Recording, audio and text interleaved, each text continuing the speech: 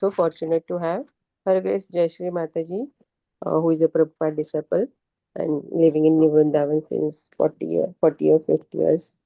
And we are so fortunate to have her today.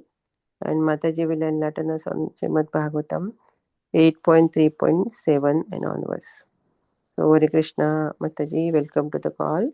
And Pranam, please take over the call now. Hare Krishna. Yes, good morning, everyone. Hare Krishna. Glories to Srila Prabhupada. All glories to all the assembled devotees. So here we are again, Srimad Bhagavatam.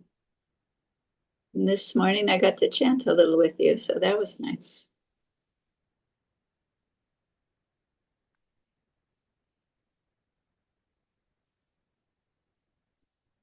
Jaya Radha Madhava Chandra Vihari Gopi Jana Vallabha Girivaradari Yasodanandana Brajajanayandana Yamuna Tira Manachari Jaya Radha Madhava Chandra Vihari Hare Krishna Krishna Krishna Hare Hare Hare Rama Rama Rama Hare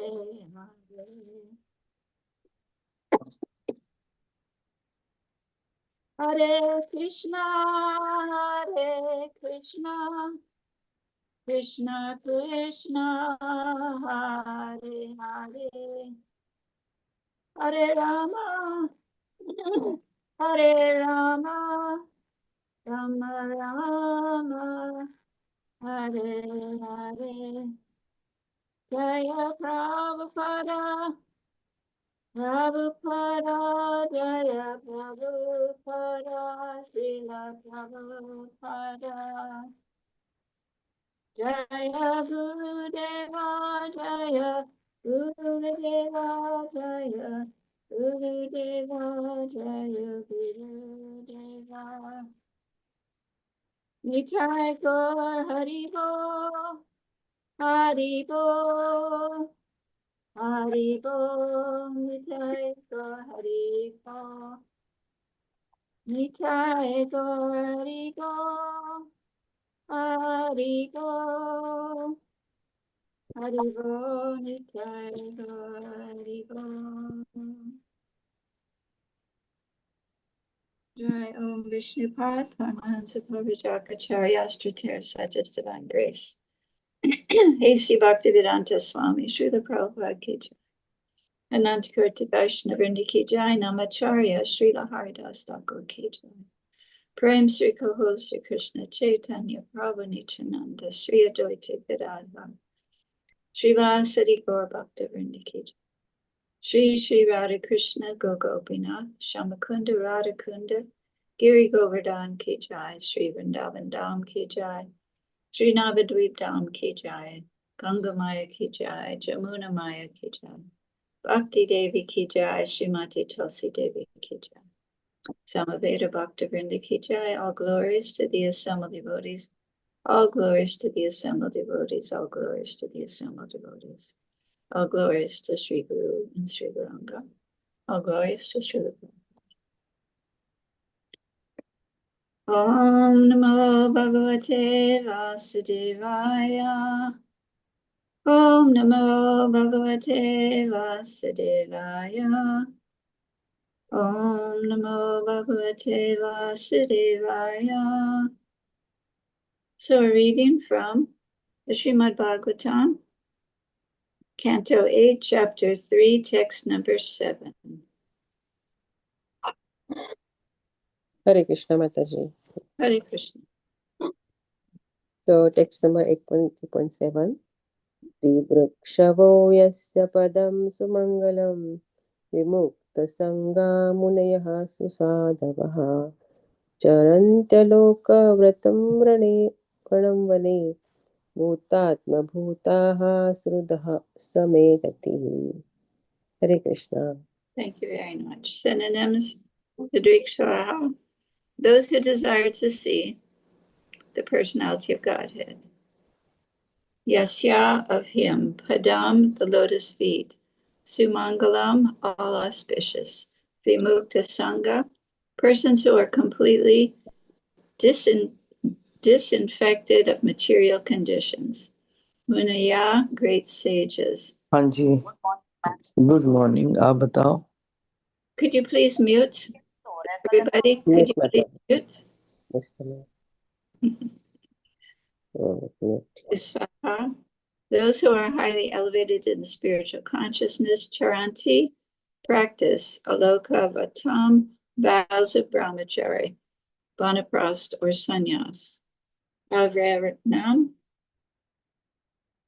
without any fault. Vane, in the forest. Bhuta Atma Bhuta, those who are equal to all living entities. Shushadaha, those who are friends to everyone. Swa, that same personality of Godhead. Me, my. Gati, destination. Translation: renunciates and great sages who see all living beings equally, who are friendly to everyone, and who flawlessly practice in the forest the vows of brahmachari, vanaprastha, and sannyas, desire to see the all-auspicious lotus feet of the Supreme Personality of God. May that same Supreme Personality of Godhead be my destination. Purport by Srila Prabhupada. This verse describes the qualifications of devotees or persons highly elevated in spiritual consciousness. Devotees are always equal to everyone, seeing no distinction between lower and higher classes. Pandita Samadristaha. They look upon everyone as a spirit soul who is part and parcel of the Supreme Lord. Thus, they are competent to search for the personality of Godhead. Understanding that the Supreme Personality of Godhead is the friend of everyone. Jirdam Sarvabhutanam. They are as friends of everyone on behalf of the Supreme Lord, making no distinction between, excuse me, my screen moved. Sorry, my screen jumped. Making no distinction between one nation and another, or one community or another, they preach Krishna consciousness, the teachings of the Bhagavad Gita everywhere. Thus, they are competent to see the lotus feet of the Lord.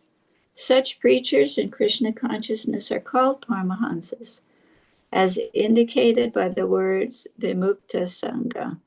They have nothing to do with material conditions. One must take shelter of such a devotee in order to see the Supreme Personality of Godhead. Om Agrana Timirandasya Gananjana Salakaya Chakshurun Militam Yena Tasmai Shri Gurave Namaha. We're born in the darkness of ignorance, but our spiritual master is kindly opening our eyes with his torchlight of knowledge. So we offer our most humble and respectful obeisances unto the lotus feet of such a spiritual master. So I went on to the Bhagavad Gita 5:18.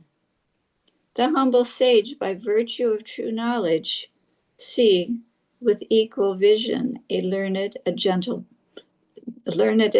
Brahmin, a cow, an elephant, a dog, and a dog eater. And Prabhupada elaborates on that a little in the purport. A Krishna conscious person does not make any distinction between species and castes.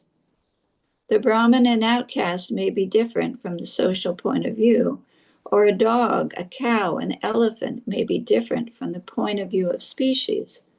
But these different bodies are meaningless from the viewpoint of alerted transcendentalists. This is due to his relationship to the Supreme. For the Supreme Lord, by his plenary portion as Paramatma, is present in everyone's heart. Such an understanding of the Supreme is real knowledge. As far as the bodies are concerned, in different castes or different species of life, the Lord is equally kind to everyone because he treats every living being as a friend, yet maintains himself as Paramatma regardless of the circumstance of the living entity. The Lord as Paramatma is present both in the outcast and the Brahmin, although the body of a Brahmana and that of an outcast are not the same. The bodies are material products of different modes of material nature, but the soul and the supersoul within the body are the same spiritual quality. The similarity in the quality of the soul and the supersoul, however, does not make them equal in quantity, for the individual soul is present only in that particular body, whereas the Paramatma is present in each and every body. A Krishna conscious person has full knowledge of this, and therefore he is truly learned and has equal vision. The similar characteristics of the soul and the supersoul are that they are both conscious, eternal, and blissful. But the difference is that the individual soul is conscious within the limited jurisdiction of the body, whereas the supersoul is conscious in all bodies. The supersoul is present in all bodies without distinction.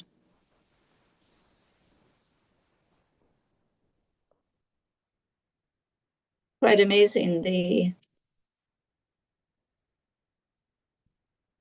consciousness that we can develop as we progress in our Krishna consciousness.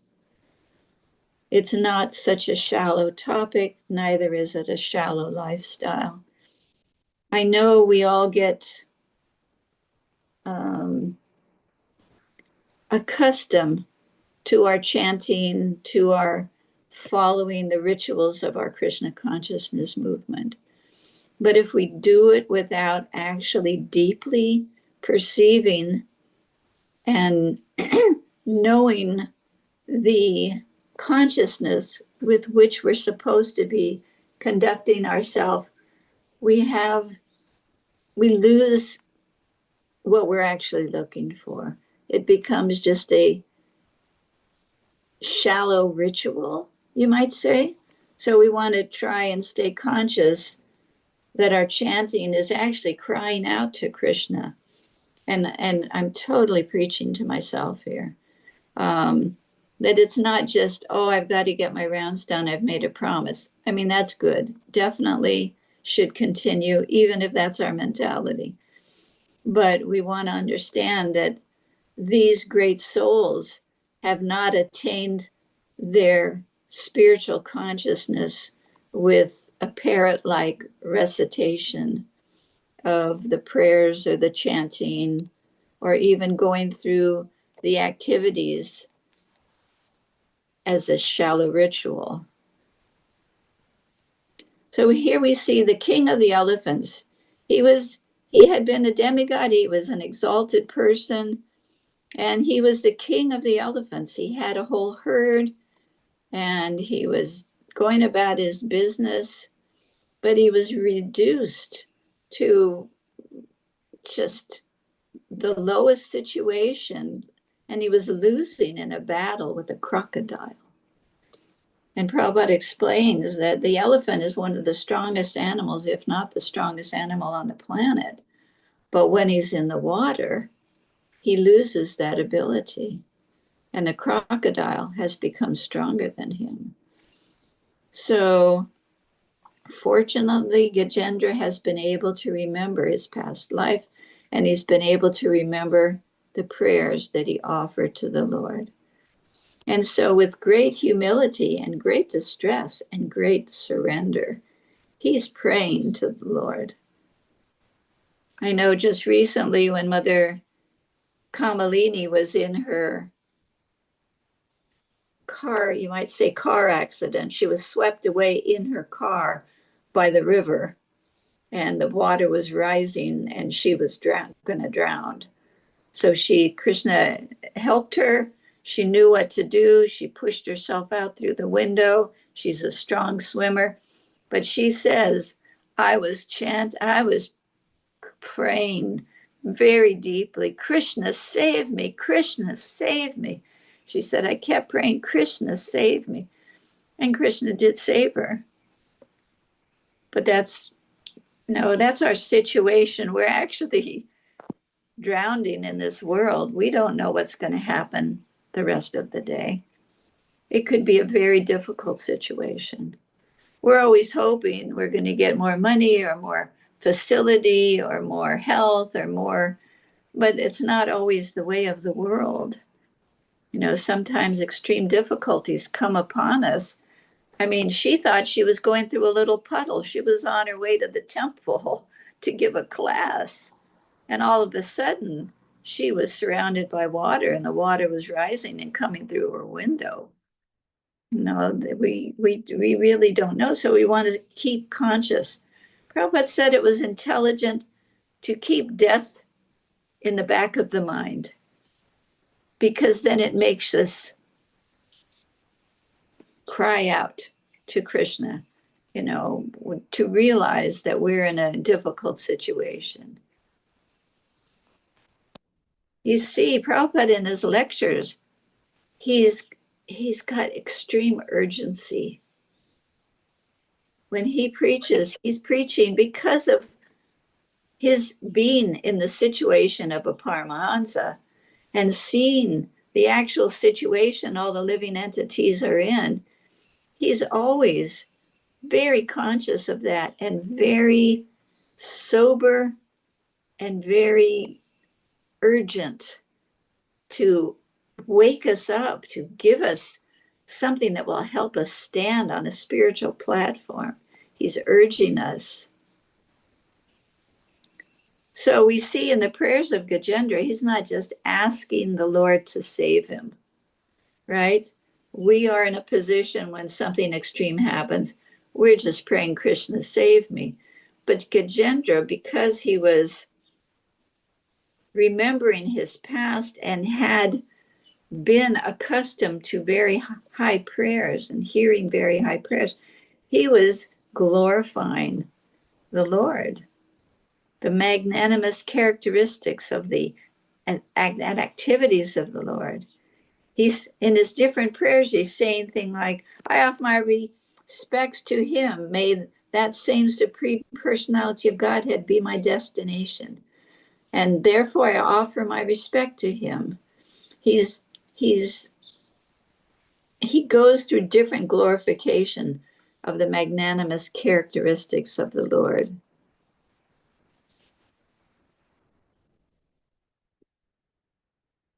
So this is from Prabhupada, and unfortunately I forgot to put the quote as to where I got it from. This verse describes the qualifications, of the devotee. This is from the purport. Qualifications of a devotee or persons highly elevated in spiritual consciousness. Devotees are always equal to everyone. See no distinction between the lower and the higher classes. They look upon everyone as a spirit soul who is part and parcel of the Supreme Lord. So Srila Prabhupada was such a person. Here's such an exalted soul. Krishna does things in a very unique way. When he comes himself, when he sends different teachers, he does it in a very unique way. So Prabhupada was such an elevated soul. And he didn't come like we might think. Like Prabhupada himself was thinking, well, if I make a lot of money, I'll go to the West with money and start a temple. But Krishna didn't have it that way. Prabhupada came with nothing. Prabhupada came not as a beggar, but, you know, he was begging Krishna, you know, praying, my dear Lord, you brought me here. What is your business here? I can see that the people here have no consciousness of you. Their habits are so low, but somehow or other you brought me here. You must have a mission. So he was just going on with Krishna's arrangement. And Prabhupada wasn't concerned with the status of the life of the persons he was dealing with. He wasn't concerned with how much money they had, if they were educated, if they were American. Prabhupada said, Krishna sent me 10th class men, but he lived with them. He lived with them side by side. I mean, somehow or other they had enough sense to understand and get him his own apartment.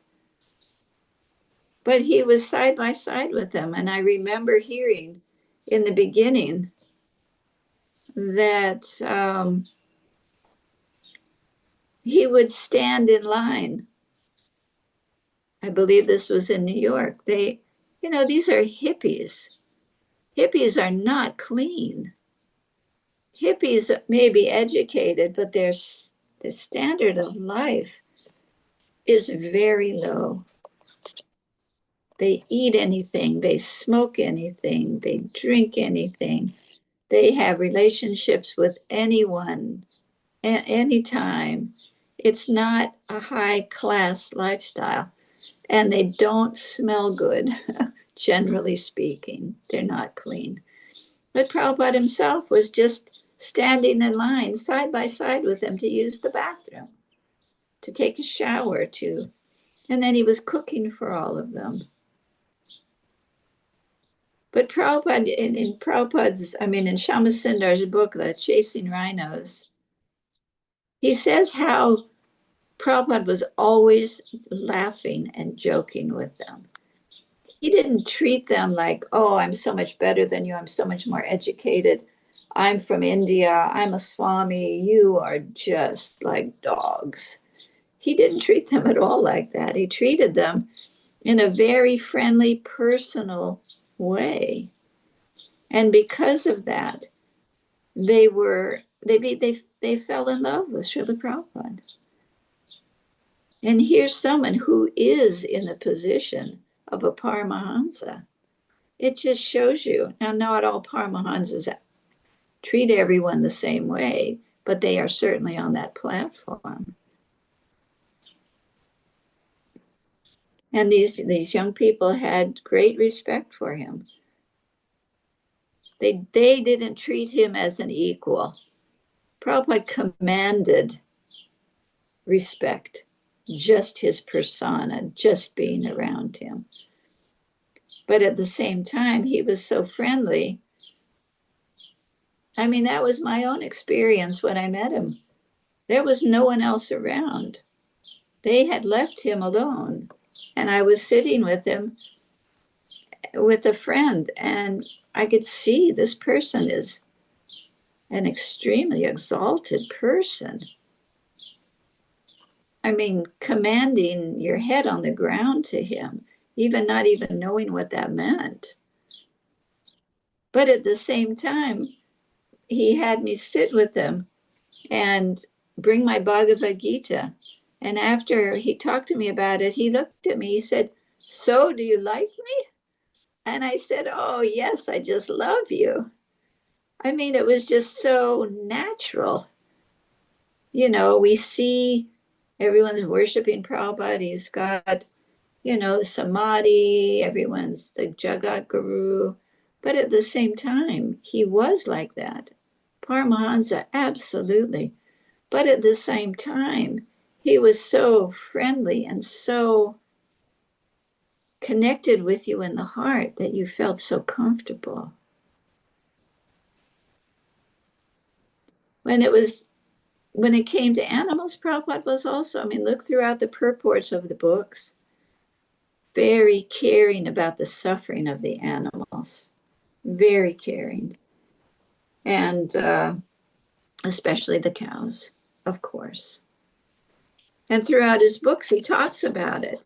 And so, because ISKCON has distributed over 800 million pieces of literature, people pick up on the fact that the animals are also people in different bodies. And then with that knowledge that we consider so simple and common, oh, we all know that. Yeah, you're not this body. Yeah, the cows are just, they're also, this is our daily life. You guarantee that most people don't see it like that. They don't care about the animals generally, unless it's their dog.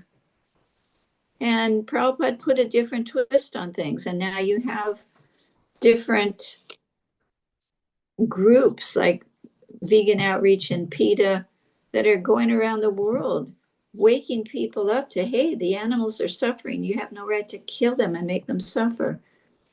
I'm sure that a lot, if not all of that, came from Srila Prabhupada's books.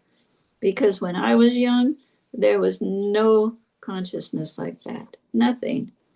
You couldn't get a vegetarian meal anywhere unless you got a cheese pizza and a grilled cheese sandwich or salad. And I remember there's well-known stories of Prabhupada saying goodbye to the trees on his visit to the UK while he was staying at John Lennon's estate. And I know there was a tree in Hawaii in the front of the temple that he said should never be cut down. Prabhupada, we don't know the relationship that Prabhupada had with other living entities. You cut a tree down here in New Vrindavan and you'll have Malati in your face, because she lived with Prabhupada and she knows how much he cared about the trees, that they shouldn't be cut down just out of a whim. So Prabhupada wasn't on a material platform with people in this world. He didn't care what country they came from, what nationality, what gender, or any other mundane factor. He took everyone at face value and preached to them. Of course, he used his intelligence and talked to people from their position in life. But at the same time, knowing who they are and dealing with everyone equally. We don't see that in this world. People are very concerned, the materialistic mind, the materialistic person, very concerned with how much money you have, your status in life, your position in your job, in some places, what country you're from, if you're white, or, so many mundane considerations. But the Bhagvatam, the great souls that we deal with in this movement, that we hear from, the Goswamis, Madhavacharya, all the different great souls we hear from, they were not on that platform. And so our dealing with them helps us get off that platform of mundane consciousness.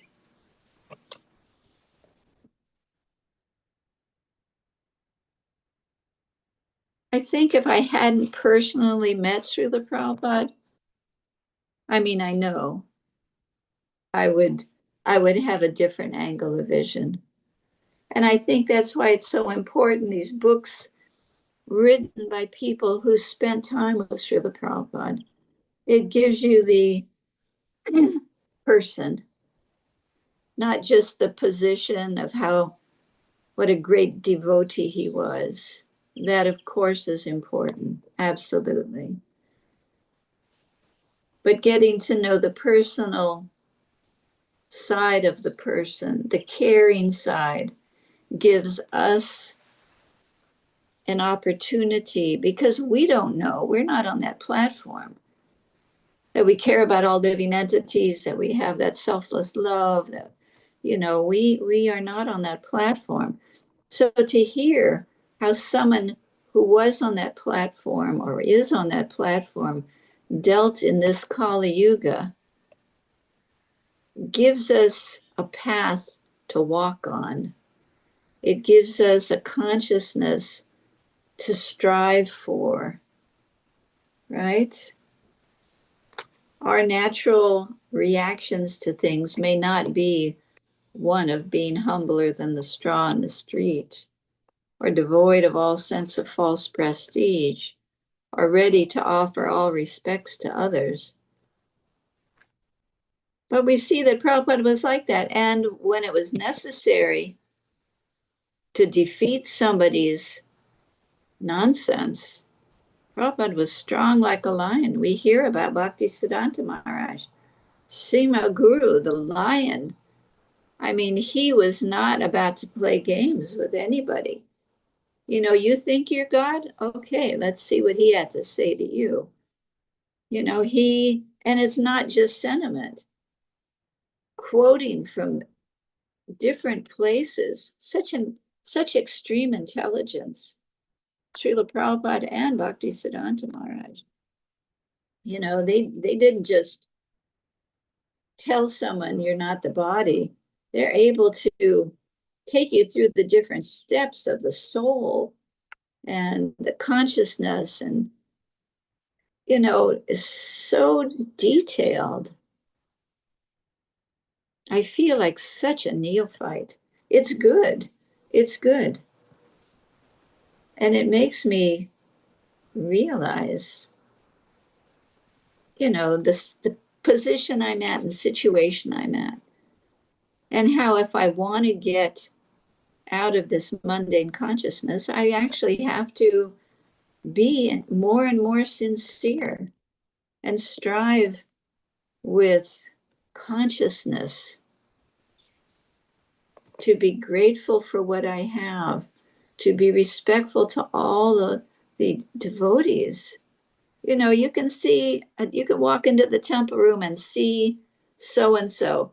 Oh yeah, he lost his temper yesterday. He's just like this, or he's a real harsh manager. Yeah, it's like you can see people for their faults, or you can catch yourself and try and see people for their great qualities.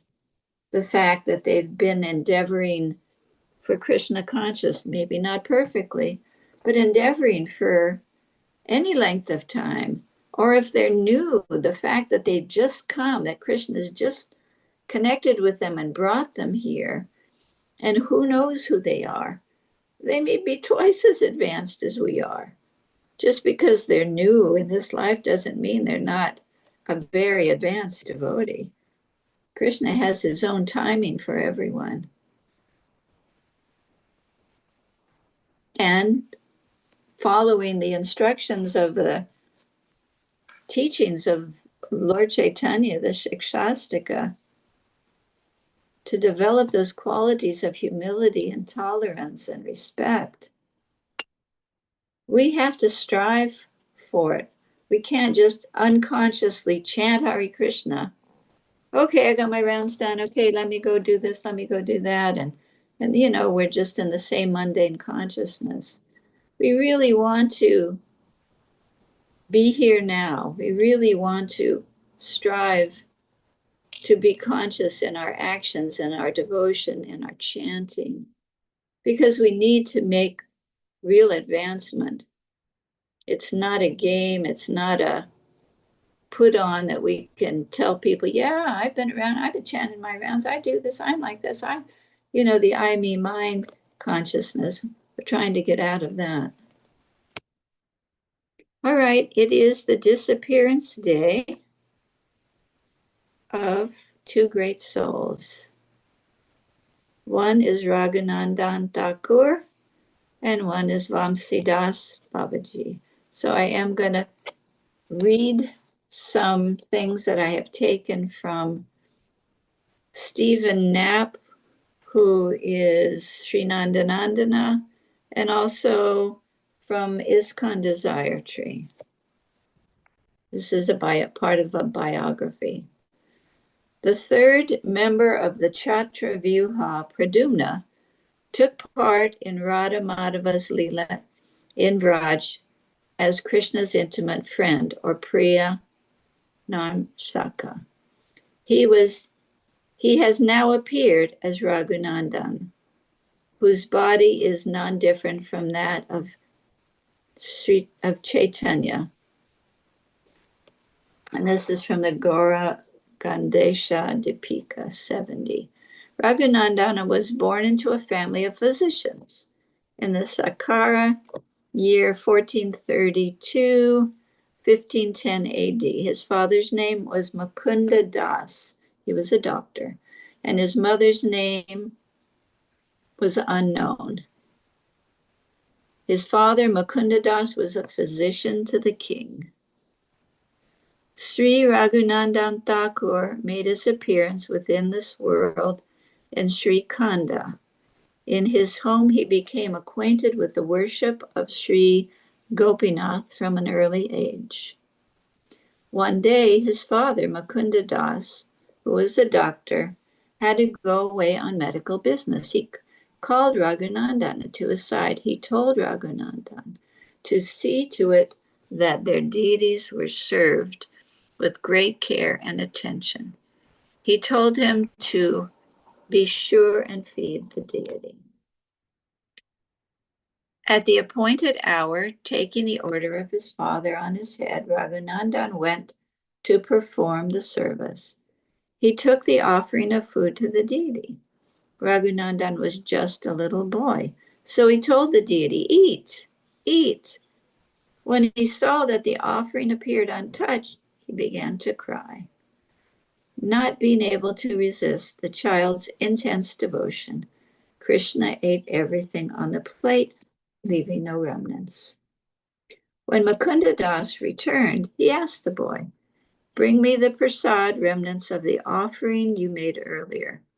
The boy said, "Father, listen, I made the deity eat as you told me. He left no remnants. He ate everything on his plate." Mukunda was amazed at what the child was saying. Ordering the boy to offer food as before, Mukunda hid himself outside the house and watched through the window. Raghunandan then, with great delight, offered Gopinath a laddu. "Eat, eat," he said. And apparently he put it in his hand. The Lord ate half of the laddu. Meanwhile, Mukunda, who was watching from outside, beheld all of this in great amazement. He could understand that since the deity had already eaten once, he had not left any remnants. His hunger was satisfied. As a result, he could only finish half of the laddu. Raghunandan Thakur accompanied the Bengali devotees to Puri every year at Chaturmasya. He would dance with his uncle Narahari at the Rath Yatra festival in the group formed by the residents of Sri Khanda.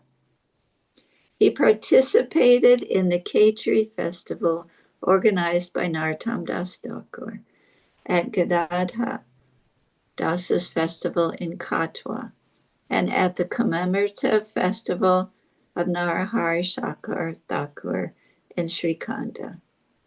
He and his associates would go every year to Puri to join Lord Chaitanya in the Rath Yatra. Words of Raghunandan to Srinivas. A difficult time is coming in which people will succumb to various doubts. Narahari Prabhu wrote in his Sri Krishna Bhajamrita. Once our Lord Sri Chaitanya and his companion Nityananda have ended their incarnations, the Vaishnavas of the age of Kali will be anxious with every passing day. Whether very advanced, somewhat advanced, or neophyte, their hearts will always be filled with doubt. To me, that's very important to know. All right, so that is Raghunandan Thakur, and Vamsidas Babaji. And this is from Stephen Knapp or Srinandanandana. Vamsidas was born in Bhairab Chandra in the year 1859 in the village of Matapur in current Bangladesh. He was the oldest of 7 children of Sanatan Malabar and Srimati Sarvas Sundari. As the son of a poor fisherman, he lived a hard and austere life, mostly occupied with his family business of catching and selling fish. However, on the way back, he would stop at the Gaur-Nitai temple and relish the association of Narottam Das Babaji, not Narottam Das Thakur, Narottam Das Babaji, a devotee who stayed at the temple. From him, Vamsidas learned many bhajans of Narottam Das Thakur and developed a great attraction for Chaitanya Mahaprabhu and Nityananda. His parents, worried by his growing attraction to spirituality, got him married. However, soon after this, Vamsidas left his wife and his 6-month-old son and became a renunciate. He took initiation from Narottam Das Babaji, who gave him the name Vamsidas. Vamsidas Babaji was a Siddha Mahatma in the disciplic succession of Sri Narottam Das Thakur. According to usual custom, this is going back a little, he married at an early age but had no attraction for married life. Being repeatedly requested by his mother, he dealt with his wife for a single day only. He was initiated into the family of Narottam Das Thakur and accepted the garb of an ascetic. Vamsidas was a Bhajananandi. He was completely aloof from the material world and was totally occupied with worshiping his deities, performing his bhajans, and visiting holy places. He had reached the highest level of spontaneous devotion and seldom bothered with the rules and regulations of Vaidhi sadhana bhakti, based on rules and regulations. For instance, he did not chant on beads, did not follow any fixed schedule of worship, did not chant any mantras or prayers for worship. His brief interactions with the outside world often left people confused and bewildered. The true position of Vamsidas Babaji was revealed by Bhaktisiddhanta Saraswati, the founder of the Gaudiya Math and the initiating spiritual master of Srila Prabhupada. Even though Bhaktisiddhanta Saraswati, in the mood of a Gostadanandi, had made preaching his primary service, as an exalted devotee, he could perceive the greatness of Vamsidas. This mutual affection and respect between the two Paramahansas formed the basis of a very sweet and loving relationship. Bhaktisiddhanta would often send his disciples to try and serve Vamsidas. His disciples would render all kinds of service to Vamsidas and carefully preserve his remnants, which were sent back to be honored by the members of the Gaudiya Math. Vamsidas had great respect and affection for Bhaktisiddhanta. Once Vamsidas saw Bhaktisiddhanta coming and smilingly remarked, "Oh, a manjari has come. So won't Radha come also? She will come, she will come." Austerities. Even though Vamsidas had lived a hard life as a youth, as a Babaji, he became extremely austere. He was always dressed in one simple loincloth and nothing more.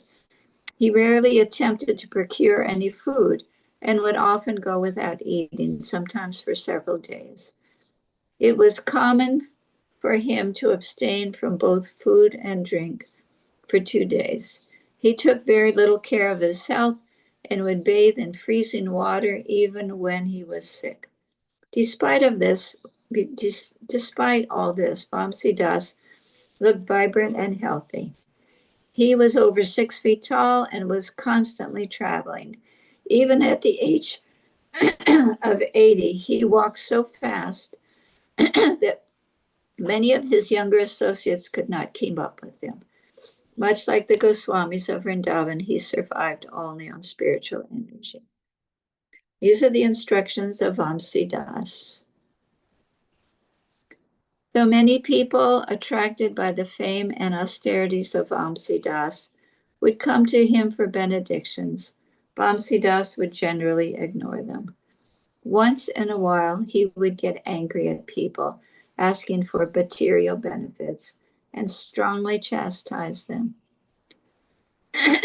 However, sometimes when he was approached by a sincere seeker, then Vamsidas would instruct him in his typical fashion of conversing with his deities. Sometimes his instructions are, whoever offends a Vaishnava cannot be saved. And kindness to all living beings, taste for the holy name, and service to the Vaishnavas. Apart from this, there is no religion. So that is Vamsidas. It's quite amazing how different these different great souls are, different teachings, different, well, like the Ghostananandi and Bhajananandi, someone who, like Gorkishore Das Babaji and Vamsidas, were just absorbed in their bhajan. But we know from hearing from Srila Prabhupada that the effect of the presence of such a person on the planet and their bhajan has an effect on the souls in the atmosphere that those souls are residing. So they are no less important than the Ghostananandis, the Bhaktisiddhantas, who performed extreme austerities to gain the potency, you might want to say, to perform a preaching mission. And Srila Prabhupada himself, he lived in Vrindavan throughout his life he was raised by a Vaishnava. His father and mother were Vaishnavas. He says he used to wake up to the ringing of the bell, his father coming home. His father was a Vaishya, he was a merchant, he was a cloth merchant, and he would go to the shop and open the shop. But he would come home and he would perform arti. Prabhupada said he would hear the bell ringing and hear his father performing the arti. And his father gave him Radha Krishna deities when he was young. And Bhaktisiddhanta Maharaj, although a great preacher, was also in the family of a great soul, whose father was a pure devotee and wrote so many wonderful literatures and taught him when he was young. And Srila Prabhupada, although he went to a British college, he did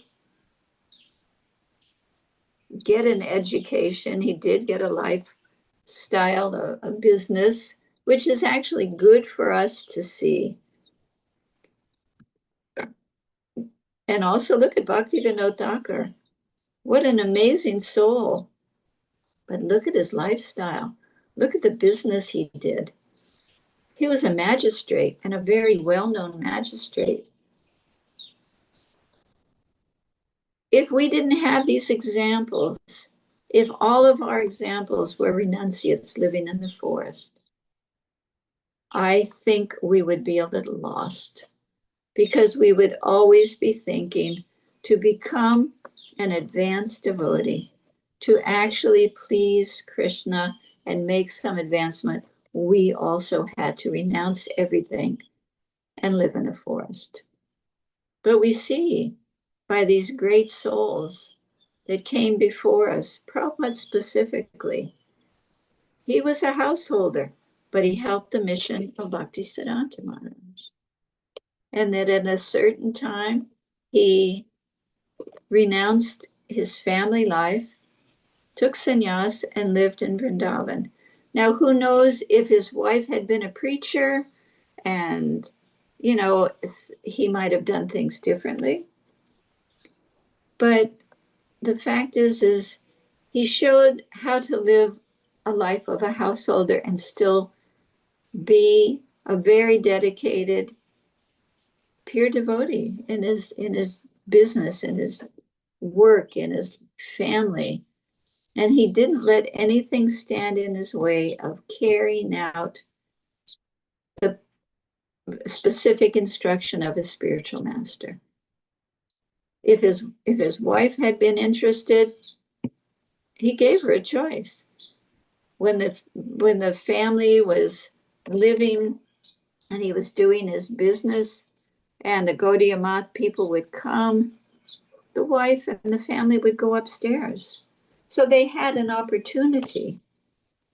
It doesn't mean they weren't devotees, but they weren't very interested.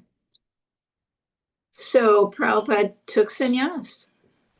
I mean, it was the right thing to do. He took sannyas and he lived as a sannyasi. And it wasn't that he had a big following and people were bringing him all kinds of food and all these fancy things, and they were flying him to America. Nothing, Prabhupada, nothing. But we see that Prabhupada always managed to live as a gentleman. He had rooms in Radha Damodar temple. He lived like a gentleman and he conducted his business in a very remarkable and exemplary way. He had his kitchen, he cooked, he would look out at the Rupa Goswami Samadhi. How amazing is that, how Krishna made that arrangement. And Prabhupada could translate. He translated 3 books only. The first canto of the Srimad Bhagvatam.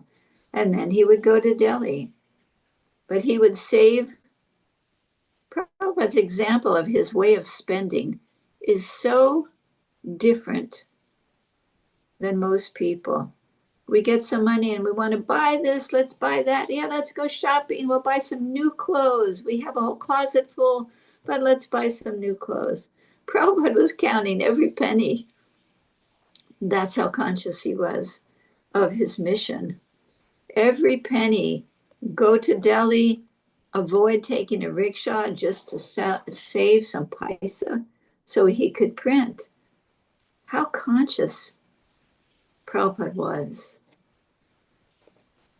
He came to America. He lived in New York in a very poor situation, but he kept a diary and a log of his expenses.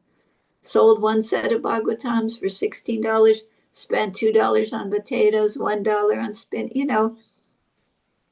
We can get $50, $100, $1,000, and we can just spend it like that without much consideration. And sometimes without even considering what we should give to Krishna. Just, well, I need this and I need that. What was his name? Disciple of Radhanath Swami. His name was Ranchor Radhagiridhari. He's a multimillionaire. He's done business, been extremely successful in business. But he took a vow that he would give half of his income. And he has this group. He gave a talk here, this club, aiming at people with a lot of money, showing them how they should give a portion or half of their money to Krishna consciousness. And I was always wondering, because I'm not a money person. For better or for worse, I'm usually pretty poor. But I mean, by mundane standards, I am a poor person. But I always wondered, how am I supposed to give 50%? But he was explaining that even with the very wealthy, they tell them to, you put aside, like one millionaire, he was saying he needed $15 million for his family. I mean, who knows how much money the man had. So, and then he would feel that they were safe and comfortable for the rest of their life or something like that. And then the rest he could give to Krishna consciousness. So all these examples, these Paramahansas are in different positions. Some are extreme renunciates and some are giving us their example by their lifestyle. So we're very fortunate. And we're fortunate to have the association of any devotees because they are dear to Krishna. And Krishna is in the heart of all living entities. I know I have a hard time working in my garden because I'm digging up and cutting worms and pulling out weeds. And I just figured I just have to chant while I'm doing it because everything in this planet seems to be almost like an act of violence just to live. I remember Prabhupada saying that when I first became a devotee. Whatever you do, there's going to be violence. You're going to step on bugs. So it's good to always be situated in your service so that they're all getting benefit. All right, so thus end Mother Jayashree's class. 2837 of Srimad Bhagvatam. Hare Krishna Mataji, thank you for this wonderful class. You mentioned disappearance day. I didn't understand that, Mataji. Whose disappearance are we talking about? Well, let me get my calendar. Maybe I'm wrong. Maybe I saw something that's not true. My calendar, today's the 28th, right? Yes, Mataji, today's 28th. It's the disappearance day of Raghunandana Thakur and Vamsi Das Babaji. This is from the BBT calendar. That's what I have. You mean they left their body, right? Their disappearance day means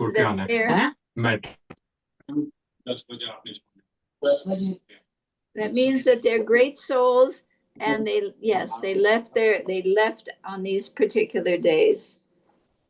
Thank you, Mataji. All right. Hare Krishna.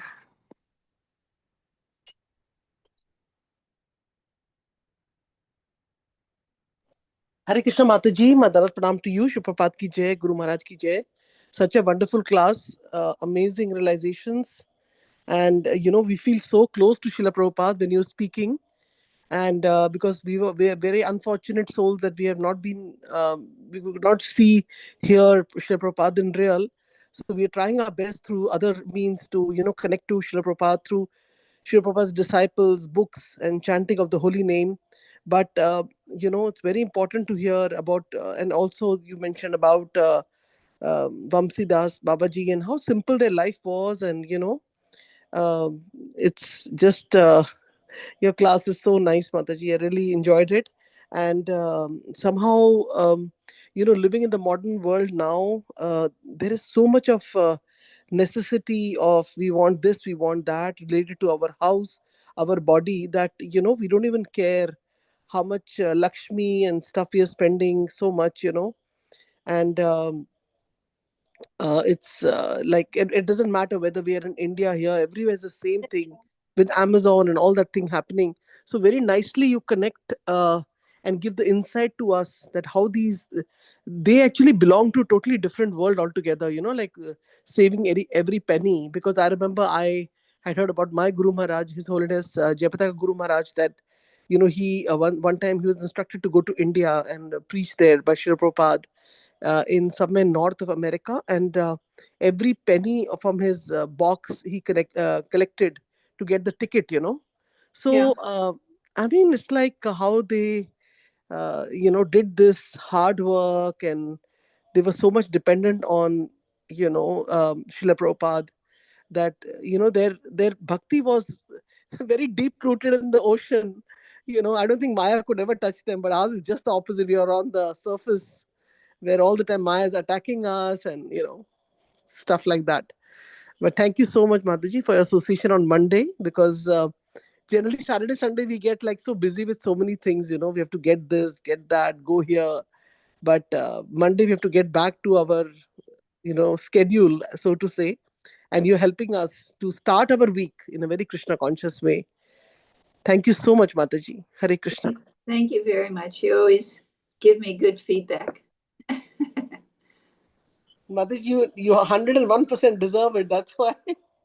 And you're so humble and so sweet, and you're one of Srila Prabhupada's disciples in a female body who we are connected to on the call. We don't have many, and so we just can't lose you, afford to lose you. Of course, there are times when you travel, and there are other things that come up, but then it's so nice you join back to us and give us your association. So you can't imagine how thankful we are to you, Mataji.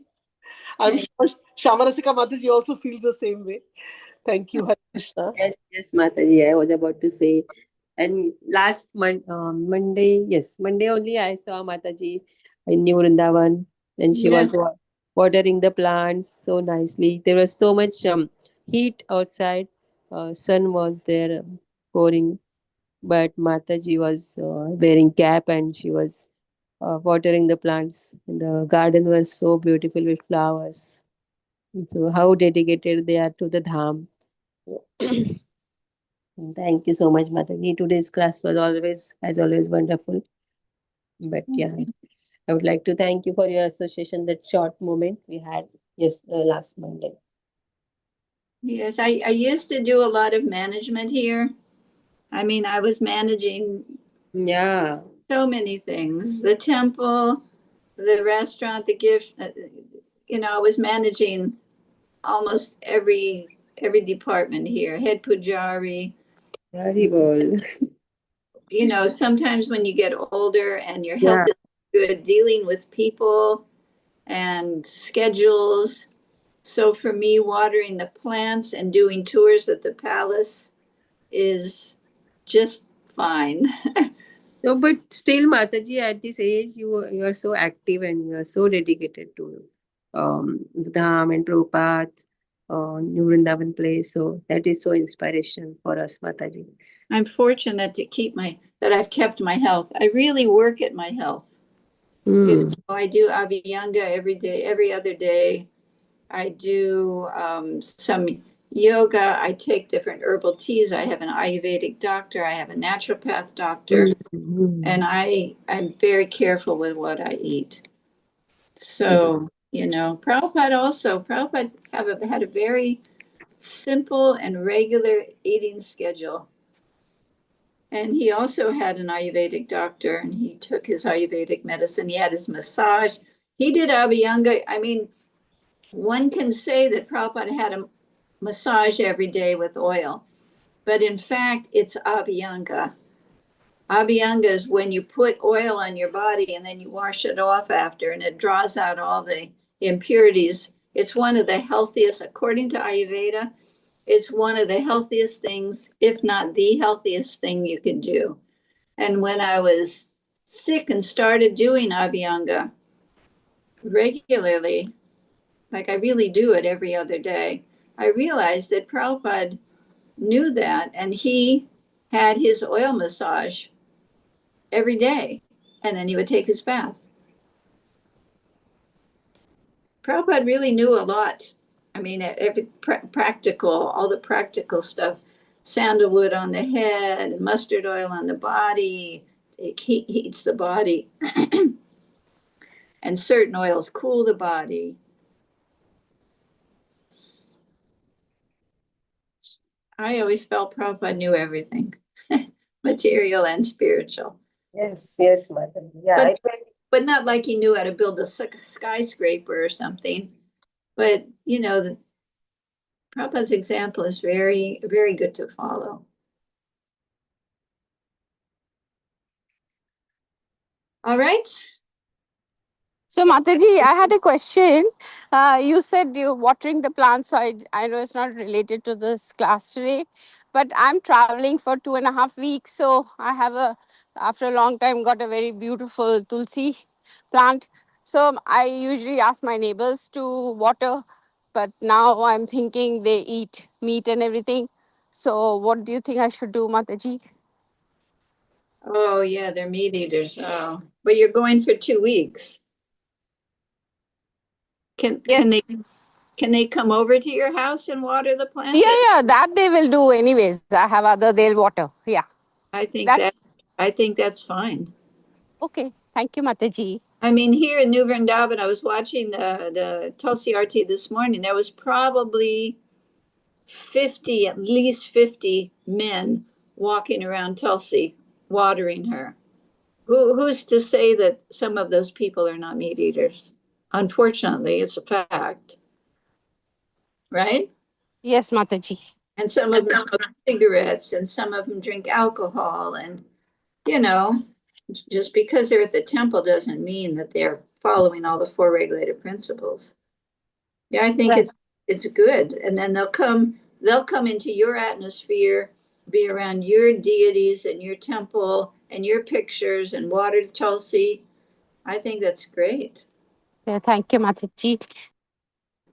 I don't want to lie. I'm not 100% non-meat eater, but yes, I 90+% I am. You know. So, but I'm trying to get there, Mataji. Thank you, Mataji. Good, good, good. Yeah. Hare Krishna. Hare Krishna.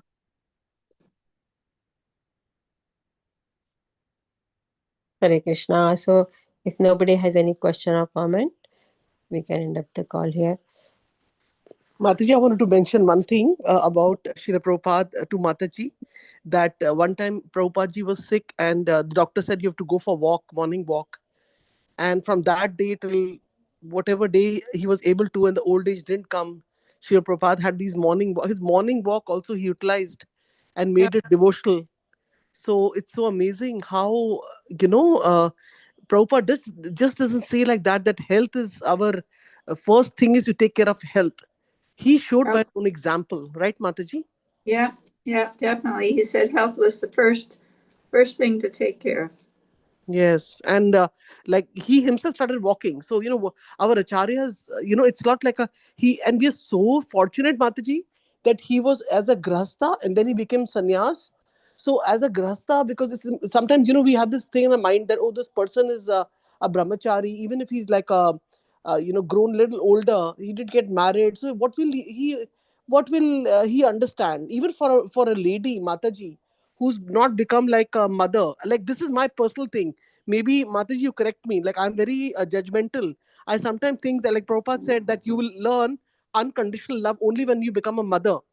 So a mother's love is it's totally on a different platform than being like in a situation where you don't have children or you are single.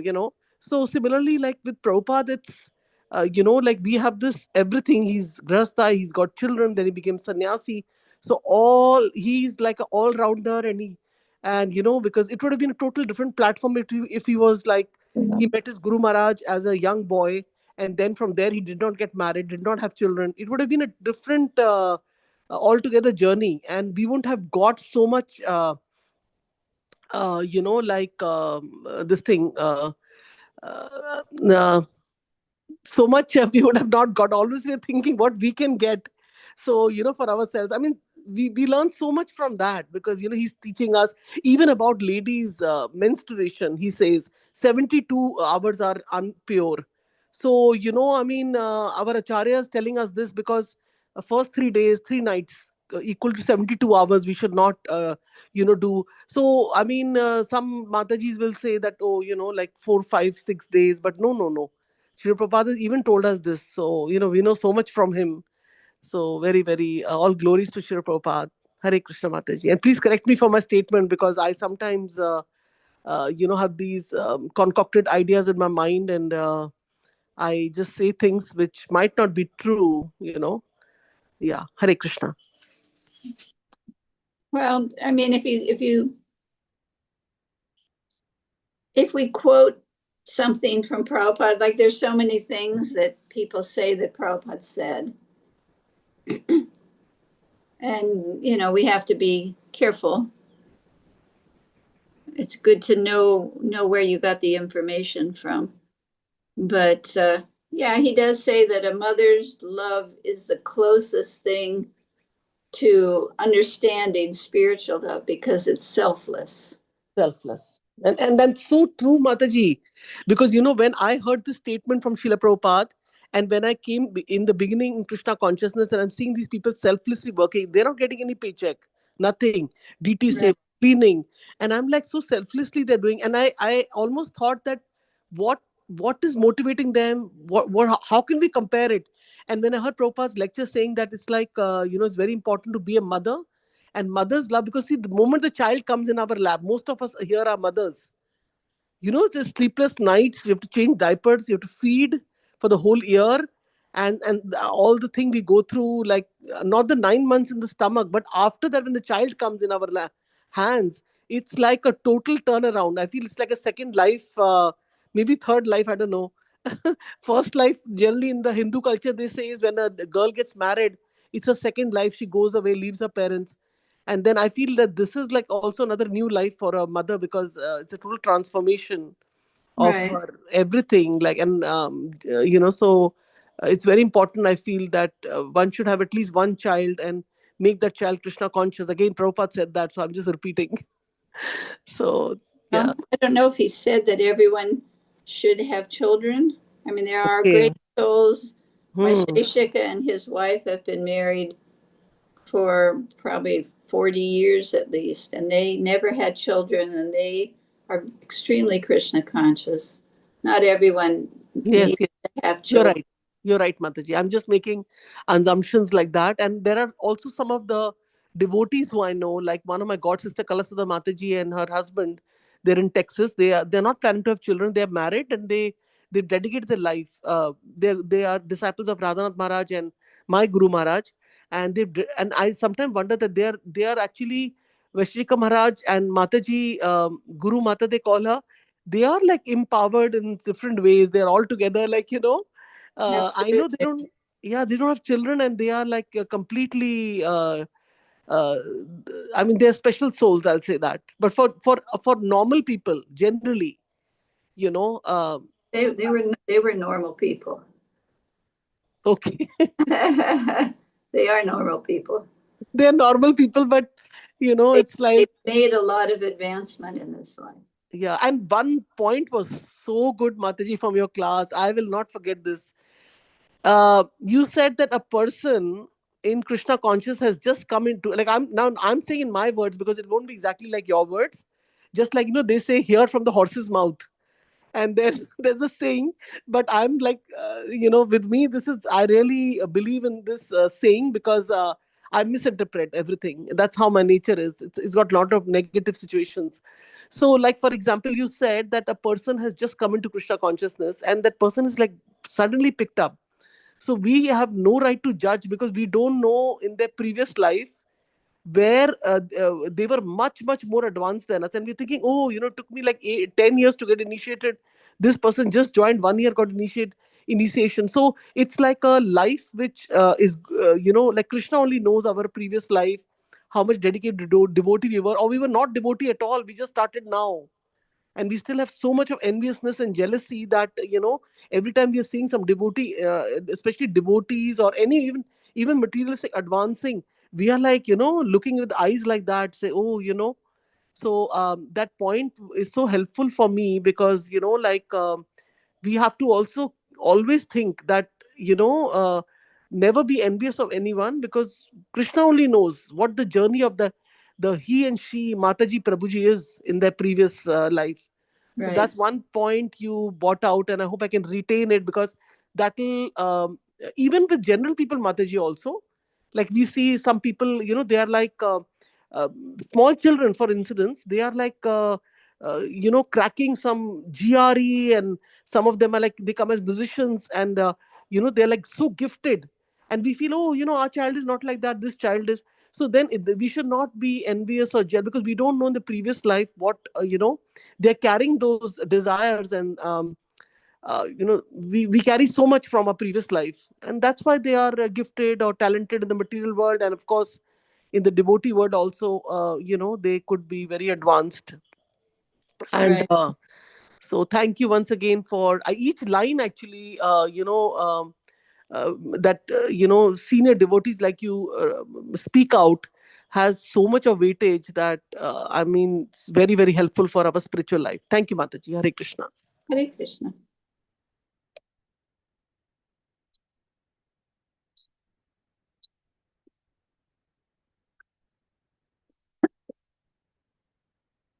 We can offer our prayers if anybody doesn't have any questions, comments for Mataji.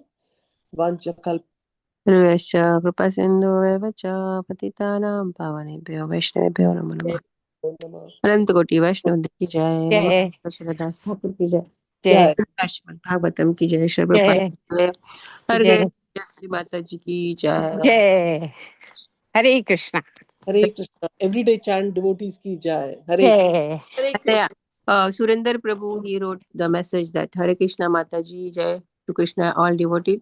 Extraordinary nectarian class and nice discussion of Rupini Padma Mataji and Jai Sri Mataji. All glories to Shri Prabhupada, Guru Maharaj, and all glories to Mataji. Hare Krishna. Hare Krishna Hari Hare बोल Hari Hare. बोल Thank you, Surinder Prabhuji. Hare Krishna. Hare Krishna. Thank you.